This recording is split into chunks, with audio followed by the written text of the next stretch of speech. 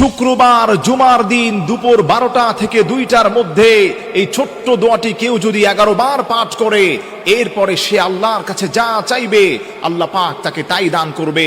আপনি জানলে অবাক হয়ে যাবেন। জুমার দিন হচ্ছে অত্যন্ত গুরুত্বপূর্ণ, যাকে হাদিসের ভাষ্য মতে সাইয়্যিদুল আইয়াম বলা হয়। আল্লাহর হাবিব সাল্লাল্লাহু আলাইহি সাল্লাম বলে দিয়েছেন, এই জুমার দিন হচ্ছে আল্লাহর কাছে অত্যন্ত প্রিয়। তার কারণ হলো এই জুমার দিনে আল্লাহ রাব্বুল আলামিন হযরত আদম আলাইহিস সালাতু ওয়াস সালামকে সৃষ্টি করেছেন। আদম আলাইহিস সালাতু ওয়াস সালামকে শুধু সৃষ্টি করে নাই, জান্নাত জাহান্নাম, একটি বর্ণনায় পাওয়া যায় গোটা কায়নাতকে আল্লাহ রাব্বুল আলামিন এই জুমার দিনে সৃষ্টি করেছেন। আল্লাহু আকবার পড়েন। এজন্য আমার প্রিয় ভাইরা, জুমার দিন আল্লাহর কাছে এত প্রিয়। আল্লাহর হাবিব বলেন, এই জুমার দিনে কেউ যদি বেশি বেশি আল্লাহর কাছে দোয়া করতে পারে, আল্লাহ ওই গোলামের দোয়াগুলোকে কবুল করেন। এবং স্পেশালি যদি কিছু দোয়া পড়ে, কিছু নাম নিয়ে দোয়া করে, আল্লাহ তৎক্ষণাৎ ওই দোয়াকে কবুল করে নেন। মনে রাখবেন, শুক্রবার জুমার দিন দুপুর 12টা থেকে 2টার মধ্যে আপনি যদি এই দোয়াটাকে 11 বার পড়বেন, আপনি পড়বেন, ইয়া রাহিমাল মাসাকিন, ইয়া রাহিমাল মাসাকিন, ইয়া রাহিমাল মাসাকিন। অত্যন্ত সহজ একটি দোয়া, সুন্দর একটি দোয়া, বেসিক একটি দোয়া। বাচ্চারাও এটা সুন্দরভাবে পড়তে পারে, আপনিও পড়তে পারবেন। আপনি 11 বার যদি আল্লাহর উপর ভরসা করে এটা পাঠ করতে পারেন, এরপরে আপনি আল্লাহর কাছে যা চাইবেন আল্লাহ পাক আপনাকে তাই দান করবেন। এই দোয়াটা পড়ার আগে অবশ্যই অবশ্যই আপনি নবী পাক সাল্লাল্লাহু আলাইহি ওয়াসাল্লামের উপর 3 বার যে কোনো দুরূদ শরীফ পড়িবেন। দুরূদ শরীফ হচ্ছে এমন আমল, যে দুরূদ শরীফটা পড়ার কারণে আল্লাহ রাব্বুল আলামিন ওই বান্দার গুনাহগুলোকে মাফ করে দেন, তার দোয়াগুলোকে কবুল করেন। দোয়া যদি আপনি কবুল করাতে চান, তাহলে অবশ্যই অবশ্যই আপনাকে নবীজি সাল্লাল্লাহু আলাইহি ওয়াসাল্লামের উপর দুরূদ পড়তে হবে। যে যত বেশি নবীজির উপর দুরূদ পড়বে, আল্লাহ পাক তাকে তার দোয়া তত বেশি কবুল করে নেবেন। সুবহানাল্লাহ পড়েন।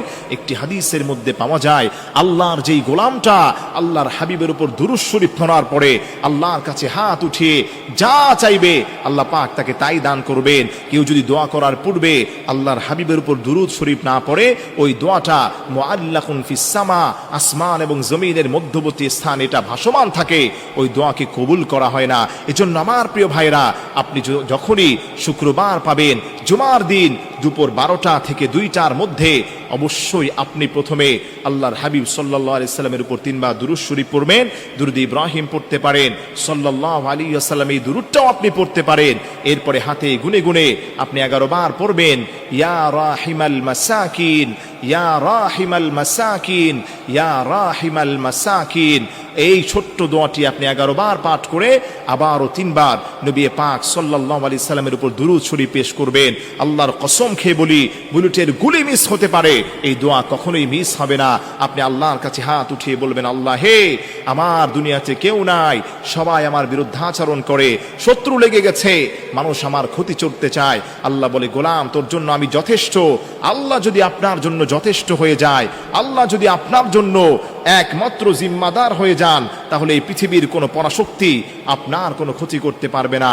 এজন্য আমার প্রিয় ভাইরা, আমি আবারও রিপিট করছি, সময়টা আপনি মনে রাখবেন, সপ্তাহের মধ্যে শ্রেষ্ঠ দিন সাইয়্যিদুল আইয়াম, জুমার দিন।